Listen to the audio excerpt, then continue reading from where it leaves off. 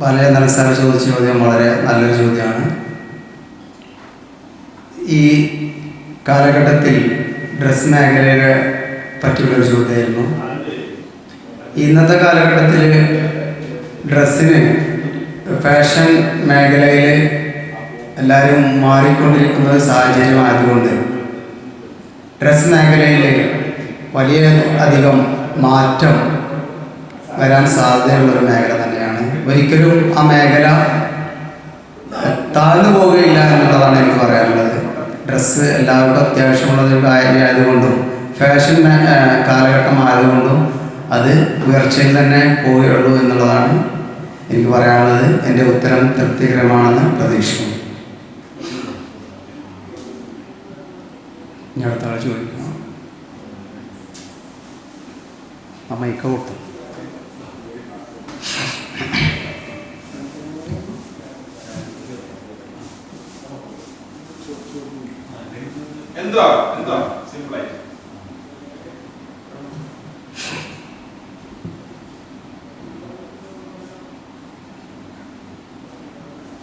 എന്ത് ചോദ്യമാ?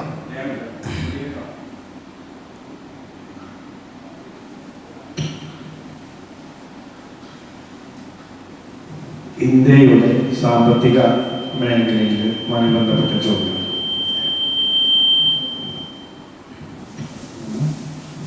ഇന്ത്യയുടെ സാമ്പത്തിക മേഖലയുമായി ബന്ധപ്പെട്ട ചോദ്യം. ഇന്ത്യ ഇന്നൊരു വികസന രാഷ്ട്രമാണ്.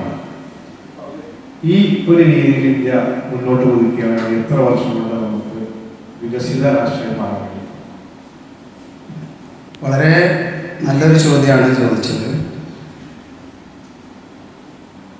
ഇന്ത്യ ഇന്നത്തെ സാഹചര്യത്തിൽ ഈ ലെവലിൽ മുന്നോട്ട് പോകുന്ന സാഹചര്യത്തിൽ ഒരു പക്ഷേ ഉയർച്ചയിലെത്താൻ സാധിക്കുകയില്ല എന്നുള്ളതാണ്.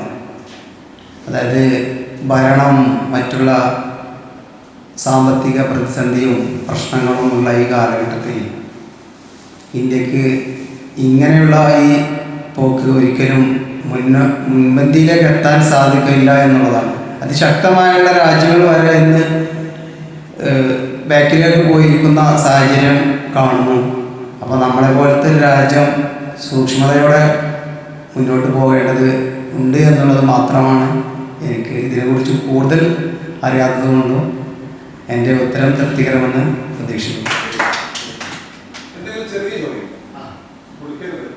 ഇന്നത്തെ തലമുറ വിദേശത്ത് പോയി പഠിക്കാൻ കൂടുതൽ ആഗ്രഹിക്കുന്നവരാണ്. അതെന്തുകൊണ്ടാണ് അങ്ങനെ സംഭവിക്കുന്നത്? സാർ ചോദിച്ച ചോദ്യം വളരെ നല്ലൊരു ചോദ്യമാണ്. ഇന്നത്തെ വിദ്യാർത്ഥികൾ വിദേശത്ത് പോയി ആണ് പഠിക്കുന്നത് എന്നുള്ളതാണ്. ഒരുപക്ഷെ നമ്മുടെ നാട്ടിലൊക്കെ പഠിക്കാനും അതുപോലെ തന്നെ ജോലി സാധ്യതകളും ഇന്ന് കമ്മിയായിട്ടാണ് എനിക്ക് തോന്നുന്നത്. അതായത് നമ്മൾ പഠിച്ച വിദ്യാർത്ഥികൾ തന്നെ ജോലിയില്ലാതെ നടക്കുന്ന ഒരു സാഹചര്യങ്ങളാണ്. നമ്മുടെ രാജ്യത്ത് ജോലി കൊടുക്കുന്ന സ്ഥാപനങ്ങൾ അങ്ങനത്തെ സംഭവങ്ങളില്ല. അപ്പോൾ വിദേശത്ത് പോയി കഴിഞ്ഞാൽ അവിടെ പഠിക്കലും ജോലിയും അവിടെ കിട്ടും എന്നുള്ള വിദ്യാർത്ഥികൾക്കൊരു തോന്നലായിരിക്കാം വിദ്യാർത്ഥികൾ മറ്റു രാജ്യങ്ങളിൽ പോയി പഠിക്കുന്നത് എന്നുള്ളതാണ്. എൻ്റെ ഉത്തരം തൃപ്തികരമാണെന്ന് പ്രതീക്ഷിക്കുന്നു.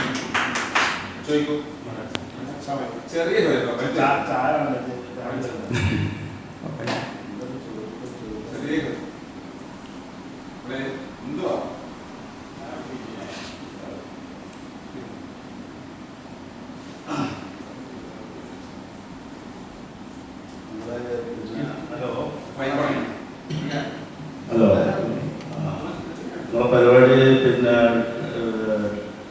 തുണിസാർക്കും മറ്റേ ടൈലറിനെ കൂടിയാണല്ലോ. എന്തിനല്ല നമ്മൾ പറഞ്ഞു പോകുന്നുണ്ട്. ഈ ടൈലർ കാർഡിനെ സംബന്ധിച്ച് നിങ്ങളെ അഭിപ്രായം ഇവിടെ എന്താ പാട്? സാർ ചോദിച്ച ചോദ്യം വളരെ നല്ലൊരു ചോദ്യമാണ്. ടൈലറിങ്ങിനെ സംബന്ധിച്ചാണ് ചോദിച്ചത്. എൻ്റെ ജോലിയാണ്. ഇന്നത്തെ സാഹചര്യത്തിൽ എല്ലാവരും മേഖലയും റെഡിമെയ്ഡ് ആയതുകൊണ്ട് തന്നെ ടൈലറിംഗ് മേഖല വളരെ മോശമായ ഒരു കാലഘട്ടത്തിലൂടെയാണ് കടന്നു പോകുന്നത്. പ്രത്യേകിച്ച് ഈ മേഖലയിലേക്ക് പഠിക്കാനൊന്നും ആളുകൾ വരുന്നില്ല. യുവതലമുറ ആയാലും ഒന്നും ഈ മേഖലയിൽ പഠിക്കാൻ വരുന്നില്ല. അതുകൊണ്ട് തന്നെ ആ പഠിച്ച ആളുകളുമായി അങ്ങനെ മുന്നോട്ട് പോകുന്നു. പിന്നെ മറ്റ് സംസ്ഥാനങ്ങളിൽ നിന്നൊക്കെ റെഡിമെയ്ഡ് ചെറിയ വിലയ്ക്ക് തന്നെ നമ്മുടെ നാട്ടിൽ കിട്ടുന്നുണ്ട്. അടിക്കൂലിയുടെ ആ ക്യാഷിന് നമുക്ക് റെഡിമെയ്ഡ് ഷർട്ടും പാൻറ്റും കിട്ടുന്ന ഒരവസ്ഥയൊക്കെ ഉണ്ട്. അതുകൊണ്ട് തന്നെ ഈ മേഖല മോശമായ രീതിയിലാണ് പോകുന്നത് എന്നുള്ളതാണ് എൻ്റെ ഉത്തരം. തൃപ്തികരമെന്ന് പ്രതീക്ഷിക്കുന്നു. ഇന്നത്തെ കാലത്ത് പെൺകുട്ടികൾ ആൺകുട്ടികളെക്കാൾ മിടുക്കരായി വരുന്നുണ്ട്. അപ്പോൾ ഈ ആൺകുട്ടികൾക്ക് ചെറുപ്പകാലത്ത് പെണ്ണ് കിട്ടാത്ത പ്രശ്നമുണ്ട് എല്ലാവർക്കും. അത് ശരിയാണോ? നിങ്ങളുടെ അഭിപ്രായത്തിൽ നിങ്ങളുടെ സുഹൃത്തുക്കൾക്ക് അങ്ങനെ അനുഭവം ഉണ്ടോ? എന്തുകൊണ്ടാണ് ഈ പെൺകുട്ടികളെ കിട്ടാത്തത്? ഞാനൊക്കെ കടന്നു കഴിക്കുന്ന സമയത്ത് ഇഷ്ടം പോലെയാണ്. പക്ഷെ ഇപ്പം എൻ്റെ മകൻ്റെ കല്യാണമായി എനിക്ക് ചെറിയ പേടിയുണ്ട്, പെണ്ണ് കിട്ടൂലെന്ന്. അവനെ കുറിച്ച് എന്ത് പറയുന്നു? ഫൈസൽ സാർ ചോദിച്ച ചോദ്യം വളരെ നല്ലൊരു ചോദ്യമാണ്. ഇന്നത്തെ കാലഘട്ടത്തിൽ പഴയ കാലഘട്ടവും നമ്മൾ പരിശോധിച്ച് നോക്കിക്കഴിഞ്ഞാൽ പണ്ടുള്ള സ്ത്രീകൾ, കുട്ടികൾ പഠിത്തം എന്നുള്ള ഒരു ബോധം അവർക്കില്ല. വീട്ടുകാർക്കും അങ്ങനെ തന്നെയാണ്. പഠിപ്പിക്കണം എന്നുള്ളൊരു ബോധമില്ല. അവരെ ഒരു 10, 12, 13, 15 വയസ്സാകുമ്പോൾ കല്യാണം കഴിക്കാറുണ്ടാവും. പക്ഷെ ഇന്നത്തെ കുട്ടികൾക്ക് പഠിച്ചൊരു ജോലി ആയിട്ട് കല്യാണം എന്നുള്ളതാണ് അവരുടെ ഉദ്ദേശം. അവർ സ്വന്തമായി അവർക്ക് നിൽക്കാൻ ഒരാളുടെ കീഴിൽ നിൽക്കുന്നതിനേക്കാൾ അവർക്ക് സ്വന്തമായി നിൽക്കാനുള്ള ഒരു നട്ടെല്ലുണ്ടായതിനു ശേഷം കല്യാണം എന്നുള്ള ഒരു ചിന്തയാണ് അവരിൽ വന്നിട്ടുള്ളത്. അതുകൊണ്ട് തന്നെ അവർ മാറ്റങ്ങളുണ്ട്. അതുകൊണ്ട് ജെൻസിനെ സംബന്ധിച്ച് ജെൻസിനേക്കാൾ കൂടുതലാണ് സ്ത്രീകൾ പഠിക്കുന്നതിലും ജോലി മേഖലകളിലൊക്കെ മുൻപന്തിയിൽ എത്തിയിട്ടുണ്ട് എന്നുള്ളതാണ്. അങ്ങനെയുള്ളൊരു ഇത് വരുന്ന സമയത്ത് ആണുങ്ങൾ കല്യാണത്തിന് അന്വേഷിക്കുന്ന സമയത്ത് കിട്ടാത്തൊരു സാഹചര്യം വരുന്നുണ്ട്. ആണുങ്ങൾ ഇതുപോലുള്ളൊരു അവസ്ഥ അവരിലില്ല. അപ്പോൾ കുട്ടികളൊക്കെ കല്യാണം കഴിക്കാൻ വരുന്ന ആളുകൾക്ക് ജോലി വേണം, നല്ല വിദ്യാഭ്യാസം വേണം, അതിൻ്റേതായ രീതി വേണം എന്നുള്ളത് കൂടിയുണ്ട്. അതൊക്കെയാണ് ഇങ്ങനെയുള്ളൊരു അവസ്ഥ വരാൻ കാരണമെന്നാണ് എൻ്റെ ഒരു നിഗമനം. എൻ്റെ ഉത്തരം തൃപ്തികരമെന്ന് പ്രതീക്ഷിക്കുന്നു. എല്ലാവരും ചോദിക്കണം അജിത് സാറോട് ചെറിയ ചോദ്യങ്ങളാണ്. ഇതിന്റെ ഉദ്ദേശം ആ വ്യക്തിക്ക് 2 വാക്ക് പറയാൻ കഴിയാറുള്ളതാണ്. അല്ലാതെ അദ്ദേഹത്തിന് വിവരം നോക്കാനില്ല. അജിത് സാർ എനിക്ക് ചോദിക്കാനുള്ളത്, താങ്കളെ കാണുമ്പോൾ ഒരു ബുദ്ധിജീവിയുടെ ഒരു ലക്ഷണം, അതായത് താടിയും ബാക്കിലേക്ക് ചുരുണ്ട മുടി, ഒരു കലാകാരനെ പോലെ തോന്നുന്നുണ്ട്. സത്യം പറയാൻ പോലെ പൊക്കി പറയാം, അല്ലെങ്കിൽ തോന്നുന്നില്ല ഒരു കലാകാരന്റെ ലുക്കുണ്ട്. അത് എന്നെ കൂടാതെ വേറെ ആരെങ്കിലും ഇങ്ങനെ പറഞ്ഞിട്ടുണ്ടോ? എന്താണ് ഞാൻ ഈ പറഞ്ഞതിനെ കുറിച്ച് നിങ്ങൾ അഭിപ്രായം? അത് സത്യത്തിൽ എനിക്കിങ്ങനെ ഒരു പ്രകൃതിയോട് ഇണങ്ങി ജീവിക്കുക എന്നുള്ളൊരു മനോഭാവം എനിക്കുണ്ട്. കലാപരമായിട്ട് കഴിവൊന്നുമില്ല, പക്ഷെ കലാകാരന്മാർ സ്നേഹിക്കുന്ന ഒരാൾ കൂടിയാണ് ഞാൻ. എൻ്റെ അടുത്തുള്ള ഒരു സംഗീത അക്കാദമി ഇതുപോലെയുള്ള ഒരു സ്ഥാപനത്തിൽ വെറുതെ എന്ത് ചെയ്യും, സമയം കിട്ടുമ്പോൾ ഒരുപാട് സുഹൃത്തുക്കൾ സംഗീതമായിട്ട് ബന്ധപ്പെട്ടുള്ള ആളുകൾ അവിടെ പോകാറുണ്ട്. ചില സംഗീതോപകരണങ്ങൾ ഉപയോഗിക്കാൻ ശ്രമിക്കാറുണ്ട്. ഏതായാലും വളരെ ആവേശം തരുന്ന മനസ്സിലൊരു രഹസ്യ ഒരു അഭിമാനം തോന്നുന്ന രൂപത്തിലുള്ള ചോദ്യമാണ് ഫൈസൽ സാറിന്. ഈ അവസാനം എന്റെ മറുപടി നിങ്ങൾക്ക് തൃപ്തികരമായിരിക്കുമെന്ന് പ്രതീക്ഷിക്കുന്നു. എൻ്റെ ഉത്തരം നിങ്ങൾക്ക് തൃപ്തികരമാകുമെന്ന് ഞാൻ പ്രതീക്ഷിക്കുന്നു.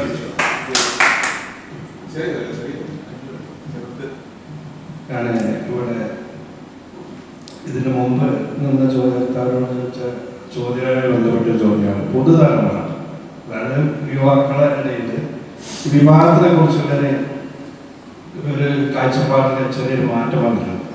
വിവാഹ ജീവിതം അനിവാര്യമല്ല, വിവാഹ ജീവിതത്തിന്റെ ഒരു ആവശ്യകത എന്ന പൊതുതലമുറക്ക് ഇല്ല, വേണ്ട എന്നൊരു അഭിപ്രായമാണ്. അതിനെ കുറിച്ച് നിങ്ങളുടെ അഭിപ്രായമാണ്?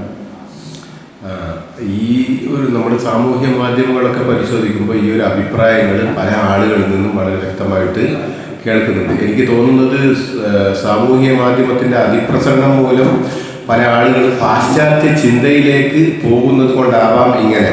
അവിടെയൊക്കെ നമ്മുടെ പരമ്പരാഗത ജീവിത രീതിക്ക് പുറമെ അവരുടേതായ ചില സംസ്കാരങ്ങളാണ് അവർ വളർത്തി. അതിനോടുള്ള അഭിമാനം കൊണ്ടാവാം ചിലരൊക്കെ അങ്ങനെ ചിന്തിക്കുന്നത് എന്ന് ഞാൻ മനസ്സിലാക്കുന്നു. എൻ്റെ ഉത്തരം തൃപ്തികരമാണെന്ന് കരുതുന്നു.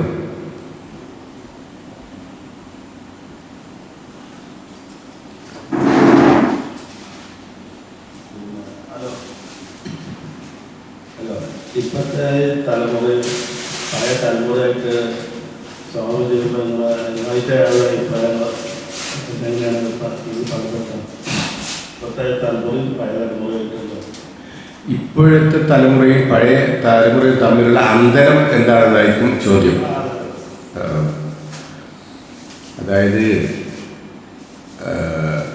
പണ്ട് കാലങ്ങളിലൊക്കെ രക്ഷിതാക്കളെ അല്ലെങ്കിൽ നാട്ടുകാരെയൊക്കെ അനുസരിക്കുക, അവർ പറയുന്നത് പോലെ ചെയ്യുക എന്നുള്ള ഒരു നടപടിയായിരുന്നു നമ്മുടെ നാട്ടിലുണ്ടായിരുന്നത്.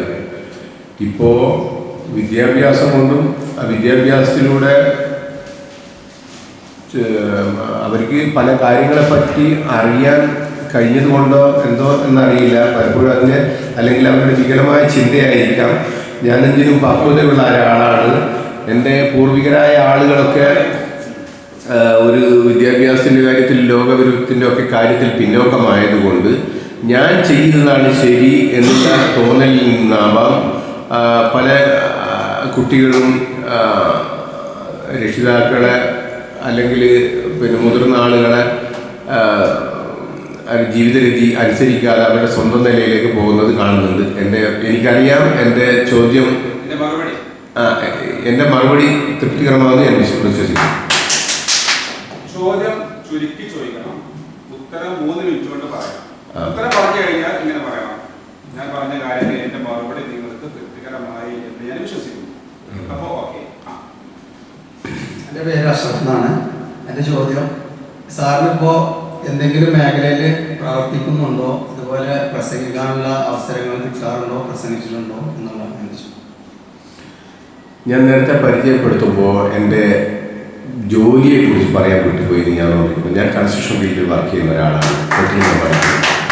പക്ഷേ പിന്നെ നേരത്തെ ഒരുപാട് ആളുകൾ ഇവിടെ പറഞ്ഞു സാമൂഹിക രംഗങ്ങളിൽ പ്രവർത്തിക്കാനുള്ള അവസരമുള്ളത് കൊണ്ട് തന്നെ സ്കൂൾ തലം മുതൽ സാമൂഹിക രംഗത്ത് പ്രവർത്തിച്ചിരുന്നു. അതേപോലെ ഒരുപാട് വിദ്യാഭ്യാസത്തിൻ്റെ അവകാശവാദങ്ങളൊന്നുമില്ലെങ്കിലും സാമൂഹിക മണ്ഡലങ്ങളിൽ പ്രവർത്തിക്കുന്ന ഒരു പാരമ്പര്യമുണ്ട്. പക്ഷേ ഇതേപോലെ തന്നെ പ്രസംഗം എന്ന് മാത്രമല്ല, ആൾക്കൂട്ടത്തിൽ നിന്ന് ഒച്ച വെച്ച് സംസാരിക്കുന്നതിന് പുറമെ 2 ആളോട് പോലും നിവർന്നു നിന്ന് മാന്യമായ രൂപത്തിൽ ആ ഒരു അവതരണ ഭംഗിയോടെ കാര്യം പറയാൻ എനിക്ക് കഴിയില്ല. അതുകൊണ്ടാണ് ഞാനിവിടെ വന്നത്. എൻ്റെ ഉത്തരം തൃപ്തികരമെന്ന് പ്രതീക്ഷിക്കുന്നു. എൻ്റെ പേര് ലത്തീഫ്, ഞാൻ എടയൂര്. ഞാൻ സാറിനോട് ചോദിക്കുന്നത്, നമ്മുടെ മുമ്പൊക്കെ നമ്മളെ കുടുംബങ്ങളിലേക്ക് വിരുന്നു പോയിരുന്നു, ആഴ്ചയിൽ അല്ലെങ്കിൽ 15 ദിവസം കൂടുമ്പോഴൊക്കെ.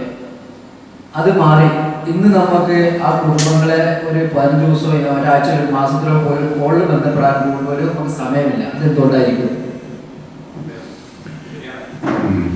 അത് ശരിക്കും സഹോദരൻ്റെ ചോദ്യം നമ്മെ എല്ലാം ഒരു ഗതകാല സ്മരണയിലേക്ക് നടത്തിക്കൊണ്ടു പോകുന്നതാണ്. ആ കാലത്ത് നമ്മുടെ വീടുകളിൽ നിന്ന് നമ്മുടെ കുടുംബങ്ങളിൽ നിന്ന് അകന്ന ആളുകൾ പോലും വരുമ്പോൾ നമ്മുടെ ഹൃദയത്തിൽ വല്ലാത്തൊരു സ്നേഹത്തിൻ്റെ നിറവ് നമ്മൾ അനുഭവിച്ചിരുന്നു. അവരുടെ കയ്യിൽ നിന്ന് അവർ ഒരുപക്ഷെ അതിൻ്റെ മൂല്യം സ്നേഹമാണെന്നെങ്കിലും അതിൻ്റെ സാമ്പത്തികമായിട്ട് അവർ കൊണ്ടുവരുന്ന സമ്മാനം വളരെ തുച്ഛമാണെങ്കിലും അത് നമ്മുടെ ഹൃദയം നിറഞ്ഞിരുന്നു. ഇന്ന് ഈ പറയുന്നത് പോലെ തന്നെ സാമൂഹിക മാധ്യമത്തിൻ്റെ അതിപ്രസരവും അതുപോലെ വാർത്താവിനിമയ കാര്യങ്ങൾ കൈകാര്യം ചെയ്യാനുള്ള കൂടുതൽ സൗകര്യവും നമ്മുടെ ബന്ധത്തിന് അകൽച്ച തട്ടിച്ചു പോകും എന്ന് സംശയിച്ചു പോകുന്നു. എൻ്റെ ഉത്തരം തൃപ്തികരമാണെന്ന് ഞാൻ കരുതുന്നു. എൻ്റെ പേര് അഖിലേഷ്. പുതിയ തലമുറക്ക് എന്തെങ്കിലും രീതിയിൽ ഇമ്പ്രൂവ്മെന്റ് ആവശ്യമാണ് എന്തെങ്കിലും മേഖല ഉണ്ടെങ്കിൽ അല്ല അങ്ങനെ എന്തെങ്കിലും ടിപ്സോ അങ്ങനെ എന്തെങ്കിലും ഉണ്ടെങ്കിൽ പറയാം. എൻ്റെ കൊച്ചനുജൻ അഫ്ലഹിൻ്റെ ചോദ്യം വളരെ ഗംഭീരമായിരുന്നു. പ്രത്യേകിച്ച് നമ്മുടെ വളർന്നു വരുന്ന തലമുറയിൽ കുട്ടികൾ ഇതുപോലെ ചോദ്യങ്ങൾ ചോദിക്കാനും അത് സമൂഹത്തിൽ ഒരു പ്രകമ്പനം ഉണ്ടാക്കാൻ കഴിയട്ടെ എന്ന് ആദ്യമായി ഞാൻ ആശംസിക്കുന്നു. പിന്നെ പലപ്പോഴും നമ്മൾ പ്രത്യേകിച്ച് യുവാക്കൾ വളർന്നു വരുമ്പോൾ അവർ കൂടുതൽ സൗകര്യത്തിൻ്റെ മേഖലകളിലേക്ക് പോയി അവരുടെ സമയം വെറുതെ പാഴാകുന്നു. പക്ഷെ അവരറിയുന്നില്ല എൻ്റെ ഈ സമയം വിലപ്പെട്ടതാണെന്ന്. അവർക്ക് സമയം വിലപ്പെട്ടതാണെന്ന് മനസ്സിലാകണമെങ്കിൽ കാലം കുറേ അതിക്രമിച്ച് വരേണ്ടി വരും. ഇപ്പോൾ പിന്നെ ഒരുപാട് ആളുകൾ പല ബിസിനസ് ചെയ്യുന്ന ആളുകളാണ് ഈ കൂട്ടത്തിലുള്ളത്. പിന്നെ അതേപോലെ സർക്കാർ ജോലി ചെയ്യുന്ന ആളുകൾ. ഇവരൊക്കെ അവരുടെ ആ സമയത്തിൻ്റെ കൃത്യമായ വിനിയോഗത്തിലൂടെയാണ് അവർ ഈ കാര്യങ്ങളൊക്കെ നേടിയെടുത്തത്. ഞാൻ പറയുന്നത് വിദ്യാഭ്യാസത്തിന് ഒരുപാട് മേഖലകൾ ഫൈസൽ സാർ പറഞ്ഞത് മകനെ കൊണ്ട് പറഞ്ഞതുപോലെ നമുക്ക് കണ്ടെത്താൻ കഴിയും. അത് നമ്മൾ പരമാവധി ഉപയോഗിക്കുക. ഇനി രണ്ടാമത് ഒരു കാര്യം നിങ്ങളിലൊക്കെയാണ് ഞങ്ങൾ പ്രതീക്ഷയാക്കുന്നത്. കിലോമീറ്ററിലൊക്കെ അപ്പുറമാണെങ്കിലും പക്ഷേ ഒരുപക്ഷെ നമ്മുടെ അഫ്ലഹായിരിക്കാം നമുക്ക് വേണ്ടി മാർഗനിർദ്ദേശം വരുന്ന നേതൃത്വത്തിലേക്ക് വരേണ്ട ഒരാൾ എന്ന് കരുതുന്നു. അപ്പോൾ നിങ്ങൾക്കൊക്കെ ചെയ്യാനുള്ളത് നിങ്ങളുടെ കൃത്യമായ ഈ സമയത്തിൻ്റെ വിനിയോഗം, അതായത് ഞാൻ പറയുന്നത് ഒരു നാടൻ ഭാഷയിൽ പറയുന്നതാണെങ്കിൽ നമ്മുടെ ഈ സുബ്ഹി നിസ്കാരത്തിൻ്റെ കുറച്ച് മുമ്പുള്ള സമയങ്ങളിൽ എഴുന്നേറ്റ് തഹജ്ജുദ് നിസ്കാരമൊക്കെ കഴിഞ്ഞ് സുബ്ഹി നിസ്കാരമൊക്കെ കഴിഞ്ഞ് ബാക്കി കിട്ടുന്ന കുറച്ച് സമയം അത് നിങ്ങൾക്ക് വെറുതെ കിട്ടുന്ന ഒരു സമ്മാന സമയമാണ്. നമ്മൾ പല കുട്ടികളും 6 മണി വരെ 7 മണി വരെ ഉറക്കിൻ്റെ ആലസ്യത്തിൽ അതാണ് നല്ലത് എന്ന് കരുതി അവർ ചെലവഴിക്കുമ്പോൾ ജീവിതത്തിൽ അവരൊന്നും വല്ലാതായി പോകും. തിരിച്ചറിവ് വരുമ്പോഴത്തേക്കും അവർ കാലം കഴിഞ്ഞു. ഈ സമയങ്ങൾ നിങ്ങൾ കൃത്യമായി ഉപയോഗിക്കുന്നതാണെങ്കിൽ നിങ്ങളെ തോൽപ്പിക്കാൻ, നിങ്ങളെ കടത്തിവിട്ടാൻ സമൂഹത്തിൽ ഒരാൾക്കും കഴിയില്ല എന്നാണ് എൻ്റെ ഉത്തരം തൃപ്തികരമാണെന്ന് പ്രതീക്ഷിക്കുന്നു. എൻ്റെ പേര് ബാലേന്ദ്രൻ. സാറ് 2ാമത്തെ ക്ലാസ്സിലാണ് ഇവിടെ വരുന്നതെന്ന് അറിയാൻ കഴിഞ്ഞു. വളരെ താളബോധത്തോടു കൂടിയാണ് സാറിൻ്റെ സംസാരങ്ങൾ ഞങ്ങൾ കേൾക്കുന്നത്. വളരെ ഭംഗിയായിട്ടാണ് അവതരിപ്പിക്കാനുള്ള കഴിവുണ്ട് സാറിന്. സാറ് ഈ കഴിവുകൾ ശരിക്കും അത് സമൂഹത്തിന് വേണ്ടി വിനിയോഗിക്കുകയാണെങ്കിൽ വളരെ ഉപകാരപ്രദമാവും.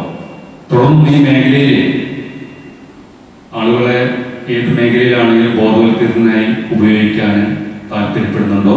പ്രസംഗകര ഒന്നുകൂടി വിപുലപ്പെടുത്തി താങ്കളുടെ ഈ സേവനം സമൂഹത്തിലേക്ക് ഇറങ്ങാൻ ആഗ്രഹിക്കുന്നുണ്ടോ എന്നാണ് ചോദിച്ചത്. ശരിയാണ്.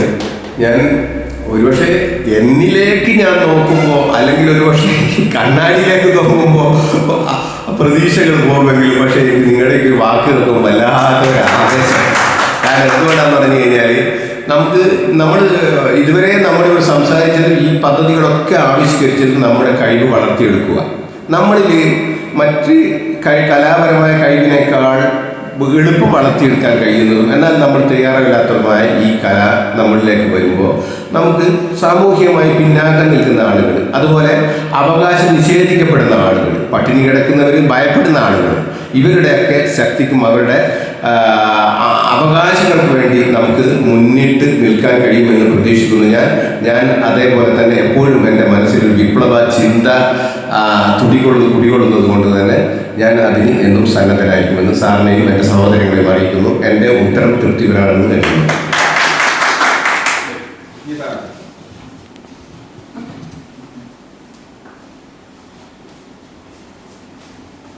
എല്ലാവരും ചോദിക്കണം, ചെറിയ ചോദ്യമാണോ, ഉത്തരം 3 മിനിറ്റിൽ കൂടാൻ പാടില്ല. ഞാൻ ചോദിക്കാം, താങ്കളുടെ ആരോഗ്യ രഹസ്യം ഈ പ്രായത്തിലുള്ള പ്രസരിപ്പ് ഒരു സൗന്ദര്യം എങ്ങനെയാണ് താങ്കളുടെ ഒരു ലൈഫ് സ്റ്റൈൽ, ഭക്ഷണ രീതികളും ഈ ആരോഗ്യ രഹസ്യം എന്ന് പറയാമോ? Thank you sir. ആരോഗ്യം കാണാനുള്ള ഈ ഭംഗിനുള്ള ഉള്ളിൽ സത്യത്തിൽ അമിത ഭക്ഷണമാവാം എൻ്റെ ആരോഗ്യത്തിൻ്റെ ഈ രഹസ്യം എന്നാണ് ഞാൻ കേൾക്കുന്നത്. കാഴ്ചക്കുള്ള ഈ ഒരു മോടി ഞാൻ കുഴപ്പമില്ല, അത്യാവശ്യം എക്സസൈസൊക്കെ രാവിലെ ചെയ്യും, പിടിച്ചു നിൽക്കുന്നുണ്ട് അൽഹംദുലില്ലാ. പിന്നെ ഭക്ഷണക്രമങ്ങളൊക്കെ ഉണ്ട്. രാത്രി ഞാനൊരു ചെറിയ രീതിയിലുള്ള ജ്യൂസ് മാത്രമേ കഴിക്കുള്ളൂ. അതേപോലെ രാവിലെ ഒരു ഏത്തപ്പഴം 2 കോഴിമുട്ട കൂടുതലും അതാണ് കഴിക്കാറ്. ഉച്ചക്ക് നമ്മൾ സാധാരണ മീൽസ് മറ്റേ നല്ല രീതിയിൽ കഴിക്കും. ഉത്തരം തൃപ്തികരമാണ്.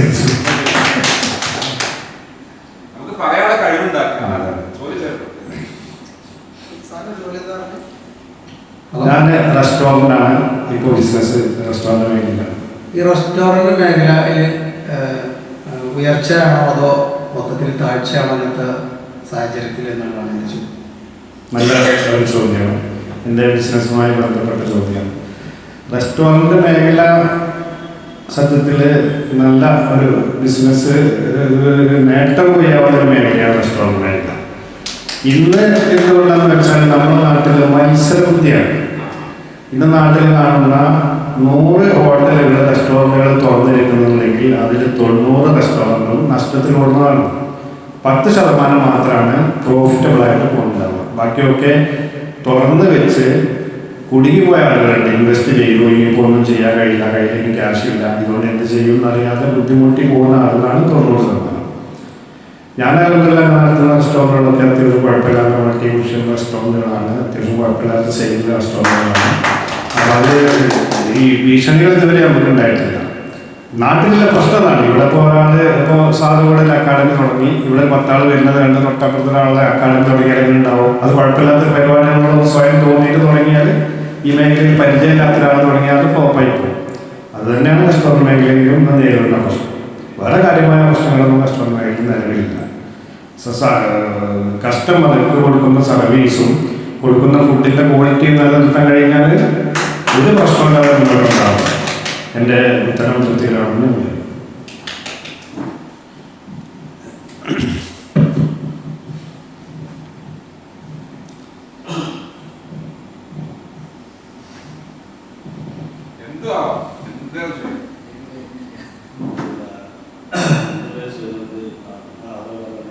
പിന്നെ ഈ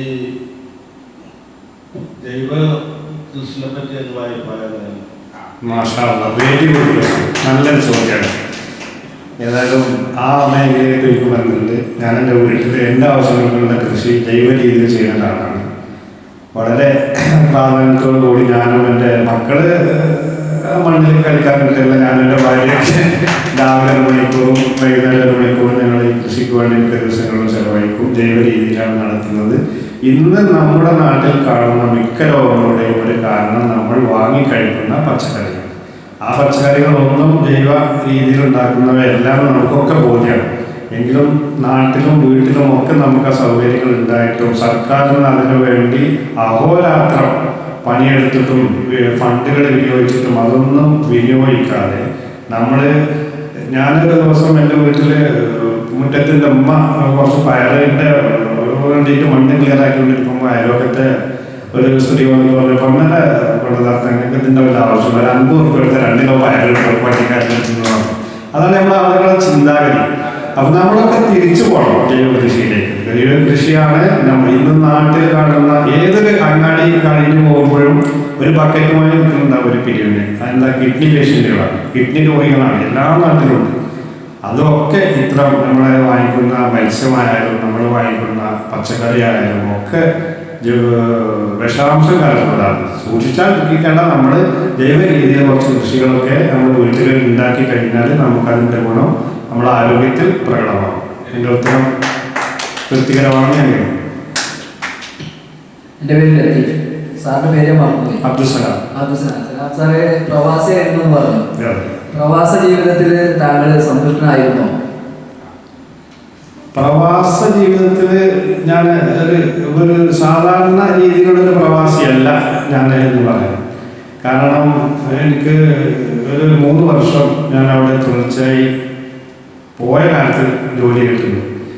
അത് ഒരു പ്രയാസ കാലഘട്ടം തന്നെയായിരുന്നു. ആദ്യമായി നാട് വിട്ടു പോകുമ്പോൾ, വീട് വിട്ടു പോകുമ്പോൾ, കൂട്ടുകുടുംബങ്ങളെ വിട്ടു പോകുമ്പോൾ ഉണ്ടാകുന്ന പ്രയാസം ആ കാലഘട്ടത്തിൽ ഉണ്ടായിട്ടുണ്ട്. പിന്നീട് ഞാൻ സ്വന്തം നിലക്ക് ബിസിനസ് ചെയ്യുകയും എൻ്റെ മക്കളൊക്കെ അവിടെ എൻ്റെ കൂടെ ഒരുപാട് കാലം എൻ്റെ കൂടെ തന്നെ അവിടെ ഉണ്ടായിരുന്നതുകൊണ്ട് ഒരു പ്രവാസത്തിൻ്റെതായ ഒരു ഫീലിംഗ് എനിക്കുണ്ടായിട്ടില്ല. പിന്നെ അതിന് ശേഷം മക്കളും കൂടെ പഠനം തുടങ്ങിയപ്പോൾ ഞാൻ ഒരു 6 മാസം നാട്ടിലുണ്ടാവും. അതിൻ്റെ ഇടയിലൊന്ന് പോയി ഒരു 6 മാസം അവിടെ, അങ്ങനെയൊക്കെ ആയിട്ട് ഞാൻ അത്ര ഒരു പ്രയാസപ്പെട്ട പ്രവാസിയല്ല എന്നാണ് എൻ്റെ ഒരു അഭിപ്രായം. എൻ്റെ ഉത്തരം തൃപ്തികരമാണെന്ന് ചോദിച്ചു.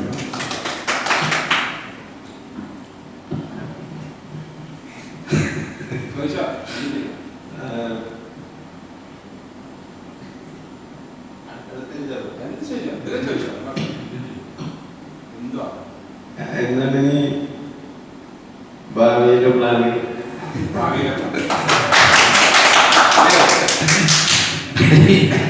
ഞാൻ അവനോട് ചോദിക്കുന്നതാണ് ഈ ചോദ്യം.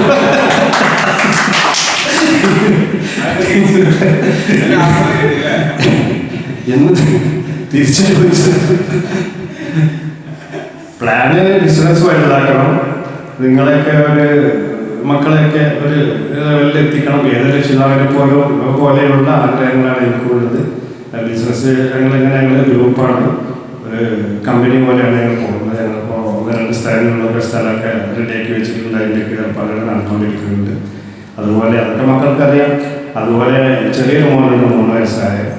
അപ്പോൾ അവനെ ഏതായാലും ജ്യേഷ്ഠന്മാർക്കാണ് സാധാരണ കൊടുക്കരുത്, ചെറിയ ആൾ ജ്യേഷ്ഠന്മാർക്ക് കൊടുക്കുക, അതിൻ്റെ ഉത്തരവാദിത്തങ്ങൾ ഏറ്റെടുക്കുക എന്നതാണ് എൻ്റെ മറുപടി. തൃപ്തികരാണെന്നില്ല. എൻ്റെ പേര് ബാലേന്ദ്രൻ. ഞങ്ങളൊക്കെ വളരെ വൈകി തിരിച്ചറിഞ്ഞ ഒരു കലയാണ്, എൻ്റെ പ്രാധാന്യം തിരിച്ചറിഞ്ഞ കലയാണ് പ്രസംഗകല എന്നുള്ളത്. സാറിൻ്റെ മകനെയും കൂട്ടിയാണ് ഇവിടെ എത്തിയിട്ടുള്ളത്. വളരെ നല്ല രീതിയിൽ പ്രസംഗിക്കാനും നല്ല സൗണ്ടും ഒക്കെ ഒരു ഭാവിയുള്ള വ്യക്തിയായിട്ടാണ് എനിക്ക് അവരെ കാണുന്നത്. അദ്ദേഹത്തിൻ്റെ തുടർന്നുള്ളതിനുള്ള പിന്തുണ സാറിൻ്റെ ഭാഗത്ത് നിന്ന് എത്രത്തോളം ഉണ്ടാവുമെന്ന് പറയാൻ കഴിയും. സത്യത്തിൽ ഞാനിന്ന് അവനുമായി പോകാനുണ്ടായ കാരണം തന്നെ അതാണ്. ഞാൻ ഇരുന്നപ്പോൾ സാറിനോട് പറഞ്ഞു ചെറിയ രീതിയിൽ ഇൻട്രോവേർട്ട് സ്വഭാവമുണ്ട്. കാരണം സാറ് പറഞ്ഞ പോലെ ഇവരൊക്കെ പുസ്തകത്തിൻ്റെ പുഴുക്കളാണ്. പുസ്തകത്തിലേക്ക് നോക്കി കമ്പ്യൂട്ടറിൽ നോക്കി തലയും താഴ്ത്തിയിരിക്കുന്ന പരിപാടിയാണ്. വീട്ടിലാരെങ്കിലും കയറി വന്നാൽ പോലും ഒന്ന് അറ്റൻഡ് ചെയ്യാൻ ഇവരൊന്നും എണീറ്റ് പോകാൻ സമയം കൂടി അവരുടെ തീർപ്പുണ്ടാവില്ല. അതങ്ങനെയായിപ്പോയി. ഇപ്പോഴത്തെ പുതിയ തലമുറ, ഒട്ടുമിക്ക തലമുറ അങ്ങനെ തന്നെയാണ്. അപ്പോൾ ഏതായാലും ഞാൻ കൊണ്ടുവന്നത് ഈ ഇത്തരം കാര്യങ്ങളിലൊക്കെ സഭാകമ്പൊന്ന് മാറി ഇന്ന് പഠിക്കുക എന്നതല്ല, എന്താണോ നമ്മുടെ കഴിവ് അതാണ് സമൂഹത്തിനിടയിൽ പ്രകടിപ്പിക്കുന്നത്. അപ്പോൾ അതിന് 4 ആളെ മുമ്പിൽ നിന്ന് മുഖത്ത് നോക്കി സത്യം പറയാനുള്ള കഴിവ് ആദ്യം ഉടലെടുത്താലേ ഈ സർട്ടിഫിക്കറ്റ് കൊണ്ട് കാര്യമുണ്ടാവുള്ളൂ. ഇത് ഉപയോഗപ്പെടുത്താൻ ഭാവിയിൽ അവർക്ക് ഇത്തരം ക്ലാസ്സുകളൊക്കെ അനിവാര്യമാണ്. ഈ കാലഘട്ടത്തിൽ എന്തും നേടിയെടുക്കണമെന്നുണ്ടെങ്കിൽ പ്രയത്നിക്കണം. ഇതുപോലെ ക്ലാസ്സുകളിൽ പോകണമെങ്കിൽ സമയം കണ്ടെത്തണം. ഈ ഉപദേശങ്ങളും നിർദ്ദേശങ്ങളൊക്കെ അനുസരിക്കണം. അങ്ങനത്തെ ആളുകൾക്ക് ഇന്ന് സമൂഹത്തിൽ നിലനിൽക്കുള്ളൂ. അങ്ങനത്തെ വ്യക്തികളാണെന്ന് വിചാരിക്കും.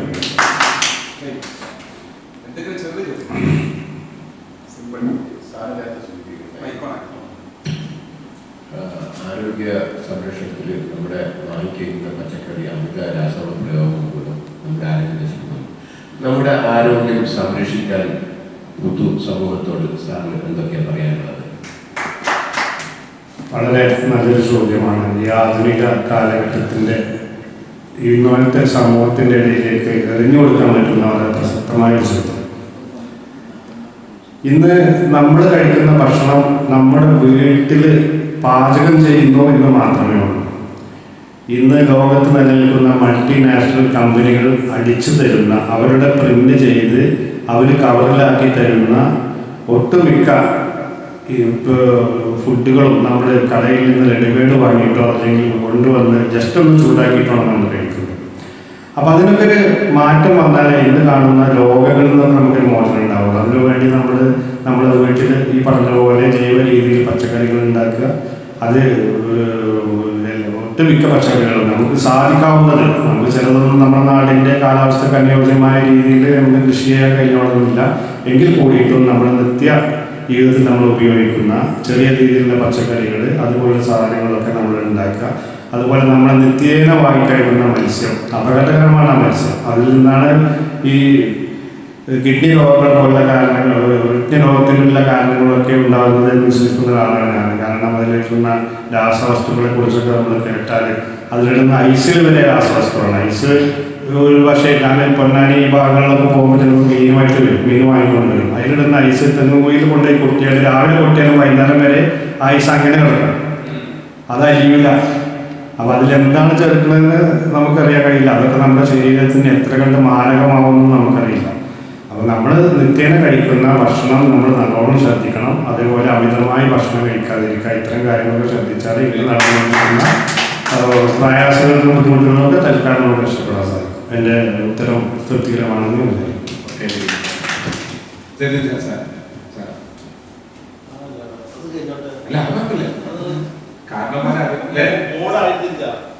പറയുമ്പോ അവരാണ് പനിയെ കൂടി പിടിച്ചിട്ട്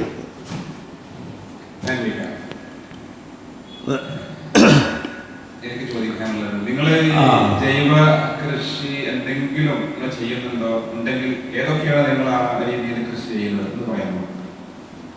ജൈവ കൃഷി എന്ന് പറഞ്ഞാൽ എല്ലാ ഐറ്റവും ചെയ്യുന്നുണ്ട്. കാരണം തക്കാളി, വെണ്ട, മറ്റേ അതുമാതിരി തന്നെ ഒരുപാട് ഐറ്റങ്ങൾ നമ്മൾ വീട്ടിൽ ഉപയോഗിക്കാൻ പറ്റിയ സാധനങ്ങളെല്ലാം ഉണ്ടാക്കുന്നുണ്ട്. പിന്നെ അത് ഒന്നും തന്നില്ല വേറെ നമ്മളെവിടെ ഉണ്ടാകുന്നത് എന്താ എല്ലാം ഉണ്ടാക്കുന്നുണ്ട്. പക്ഷേ എൻ്റെ മറുപടി തൃപ്തികരമായിരിക്കും എന്ന് വിചാരിക്കുന്നു. എൻ്റെ ചോദ്യം, സാറ് ഇവിടേക്ക് വരാൻ വൈകി അതിന് കാരണം എന്താണെന്ന്